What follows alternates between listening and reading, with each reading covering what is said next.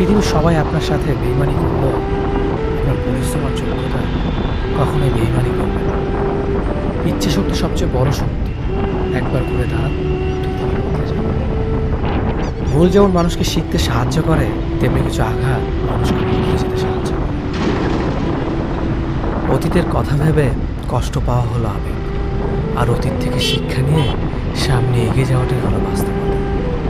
পরিস্থিতি যে কোনো সময় পরিবর্তন হতে পারে, তাই জীবনে কাউকে কষ্ট দিও না। আজ হয়তো তুমি শক্তিশালী, কিন্তু একটা কথা মনে রেখো, সময় তোমার থেকেও বেশি শক্তিশালী। নিজের হতাশার জন্য কখনো অন্যকে দোষী করো না, বরং নিজেকে দোষী করো অন্যের থেকে অতিরিক্ত আশা করার জন্য। যে তোমায় পছন্দ করে তার প্রতি সুযোগ নিও না। তোমাকে যা প্রয়োজন তাকে ব্যস্ততা দেখিও না।